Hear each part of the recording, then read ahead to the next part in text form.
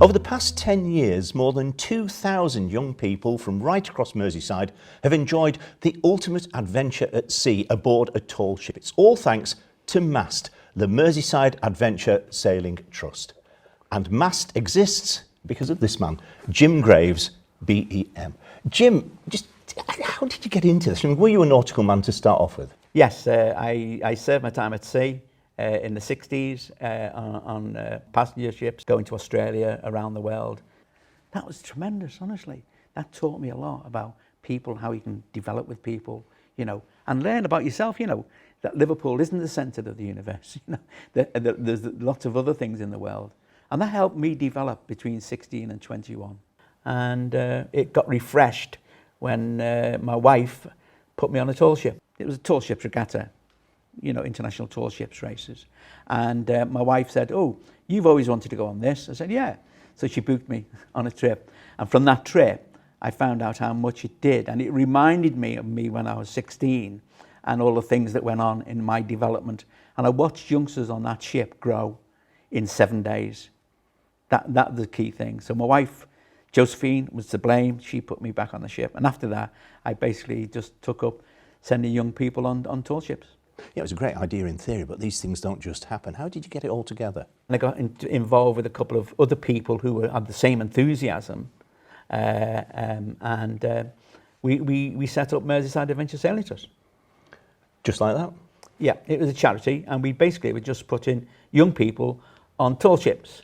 And from that, what happened was we got talking to businesses, and the businesses said we could do that. They'd help us to develop our young people. So they gave me apprentices, Peel Holdings, Peelport, Camellards, United Utilities, Bolton Home. They're the types of people that gave us, you know, on a 3-year, and Sellafield. And they helped us, and they gave us apprentices. And one young lad said, "Why don't you call it the Apprenticeship Cup?" Oh, I see what he was doing there. Just talk me through a bit about what do the young people do when they're on these ships? I mean, they're presumably going away to sea with absolutely no knowledge whatsoever. Before they go, we do what we call an induction with them. So we make sure that they're not going to say in the middle of the Irish Sea, "Don't like it, I want to go home." Do you ever have people who do that? We've had one person we've had to take off. Out of more than 2,000? Out of more than 2,000. Because what we do is we sift them before they go. So we're sifting them, and they're sifting us as well, by the way, to make sure. And they're not going just because the mate's going. Yeah. But they're going. So what we do, we tell them all about the ship. We give them a personal logbook, which they have to complete daily with mentors. Yeah. And what happens when they go on the ship? They actually navigate, steer, do everything on that ship under the guidance of the professional crew. So they actually sail the ship. They're the crew, you know, and you know, you get youngsters coming on going, "Oh, I can't climb up that. Oh, how high is that? Well, 130 feet. Oh, I can't do that." And you say, "Well, how do you know? Have you ever done it before?" No. So, and at the end of the voyage, the gent climbed it. Well, once he was up there, it was amazing. You could see how far around you could see. Like, I didn't think it was going to be as high as it actually was when we first got up. Like, but by the time you're hanging over, and that the adrenaline just kicks in then. So they learn how to sail a ship, you know, and we're talking about a big ship, Class A ships. They learn also about teamwork. They learn also about working with other people they've never met before, working with them as a team, sleeping in the same area with them, people who've got flatulence, being seasick, you know, snoring, smelly feet. But, you know, they learn to live together, and they do everything on that ship that needs to be done, cooking, cleaning, sailing the ship. And they get a lot from that. At the end of it, they've learned so much about themselves. It's unbelievable. Since I've sailed on here, I've met some people who I speak to every single day and who've become best friends. It's the very first time, I've never sailed before. Most of what I've done is ferry across the channel. I think it's going to be just ridiculously exciting just to be out on the sea and stuff. And one thing we make them do, and this is essential and it's mandatory, is we give them a personal logbook.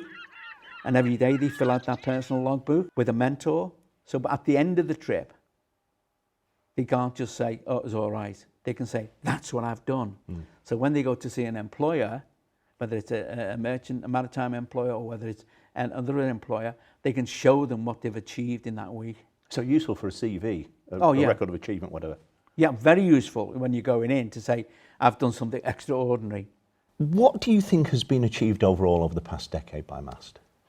Well, what we've done, we've created the environment for today's youngsters to develop themselves, to look at being tomorrow's champions and leaders. That's basically what we've done with young people. We've got young people to realise who they are, what is it, their life, their pathway in their life, who they are and what they want to do with their life. And that's what we've done with them. And a lot of them have gone on to do greater things themselves after realising it. Yeah. And you said they don't always go to sea afterwards. Have any of them actually decided this is the life for me? Yeah, quite a few. Quite a few have gone into the Royal Navy. Quite a few have gone into the Merchant Navy, and got jobs in the Merchant Navy. So the youngsters get a lot out of it, but obviously this is an expensive business. I mean, how much does it cost to send a cohort to sea on a ship for a week? Well, if you're talking about 7 nights, the ship itself will cost you £15,000, and that pays for everything. But on top of that, if they come from Liverpool, you've got to come back to Liverpool, so you have to have extras to travel. So it costs somewhere in the region of £20,000.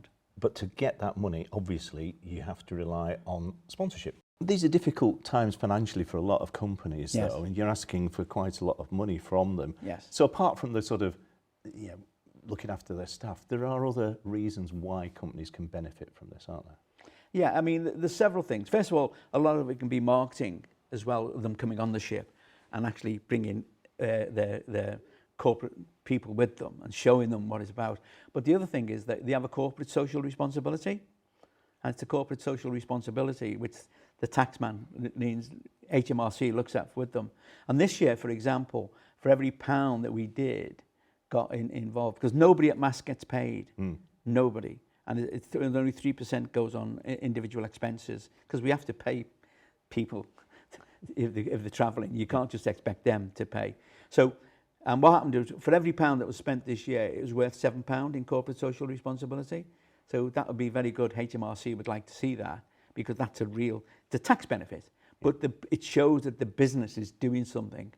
It's a return on their investment. A lot of employers will support us. Like example, Brett Metcalf from Carmet Tug. He said to me, "How are you getting on?" I said, "Oh, not too good. We're a bit short here." He said to me, "How can I fund you? What do you need?" So I said, "Well, we're struggling with the award ceremony," and he paid for the award ceremony.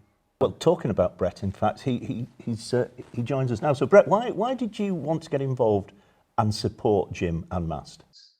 For me, I think it's very important for the future of British marine industry that we have people who are trained properly, and certainly training on a sailing ship is second to none. So you, Brett, would presumably recommend other companies get involved with MAST? Well, I would highly recommend any businesses get involved. We could gain employees, people who show leadership qualities and an affinity to the sea and seamanship are exactly the people that we are looking to employ all the time. Thanks, Brett. Well, as you say, Brett's just one of a number of companies who've supported MAST over the years. Presumably those sorts of messages of what the company gets out of it, and what you're trying to get across to future sponsors. Yes. Yeah, I mean, what we're trying to get over to them, I mean, the future sponsors that we're working with at the moment are Hill Dickinson. Yep. And Colin Lavelle is in there, and also Peter Thornton. He actually sailed on it as well, and he, again, raised funds for us, did charity work. They did all sorts of things at Colin, in Hill Dickinson, where they raised extra funds for us. So besides paying for berths, they actually gave us money as well. They paid for extra berths. I mean, you mentioned Peter and Hill Dickinson. In fact, as you say, Peter's with us now. So, Peter, why did Hill Dickinson get involved? First and foremost, Hill Dickinson, I'm pleased to say, are always looking for opportunities to help charities and get involved with community projects. So MAST, being the charity is a relatively small charity, and although local to Liverpool, has a far-reaching element all around the UK. Really, it seemed an excellent charity for Hill Dickinson to get involved in. And you, Peter, actually took part in one of the adventures. What did you get out of it? What was it like for you? From being involved in that, as my background as a seafarer anyway, I find it just very pleasing, really, to see how those that have never sailed before open up to new experiences and open up just to talking to people that they wouldn't necessarily talk to, and getting involved and seeing how much they can bring to the party. And everybody gelled, and just a great experience, people becoming shipmates. And by the end of it, for me, that's what I get out of it. It's just seeing people smile, people's smiles, and how much they grow being together, working as part of a team. Well, we're joined now by Elizabeth. Elizabeth, you've been on the 2020 adventure. What did you personally get from this? It was absolutely brilliant. I think I came home and I was so enthusiastic.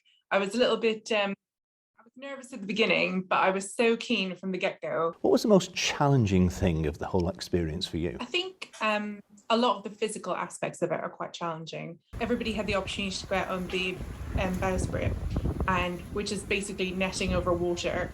And it took me probably from day 1 to about day 6. And I was like, if I don't do this now, I'm never going to do it. So 3 of us got out there in the midst of Force 8. I got up there and I just thought, yeah, I think this is the culmination of pretty much everything I've tried to achieve this week. And your advice to others who may be offered the chance? Do it. Don't think twice about it. Elizabeth, thank you. So obviously a great success with Elizabeth and so many of your people who go on this. You've had a lot of success over the past 10 years, but what now of the future? What is MAST aiming to do going forward?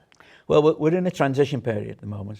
One of the things is I'm not very good at delegating, and that's what I've got to start doing, because I'm not getting any younger.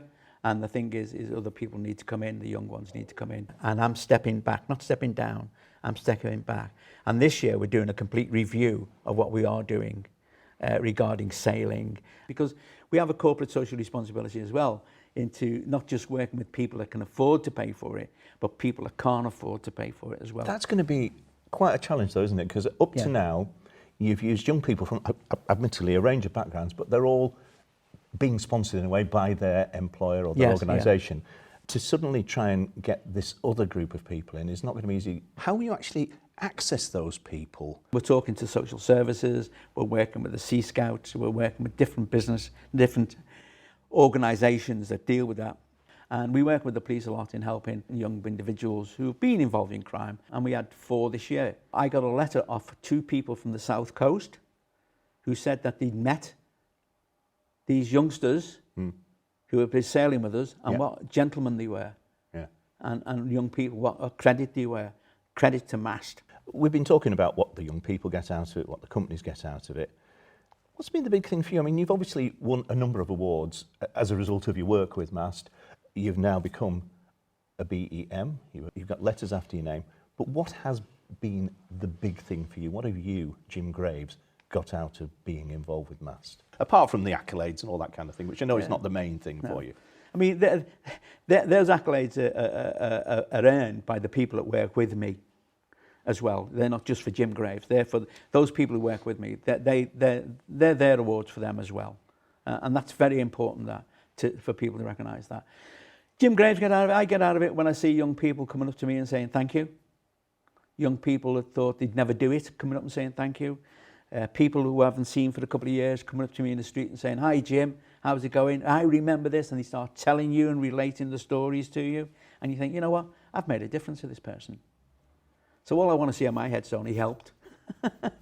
And by people doing that to me, that about makes the hairs on the back of my neck stand on end, So 10 years under the belt of MAST, how many more years to come, do you think? Well, I hope it's a legacy, to be honest with you. I hope that when I'm not here, it's still running. And it's running not because of me, but because there is a need for it. And the need is for the young people of tomorrow.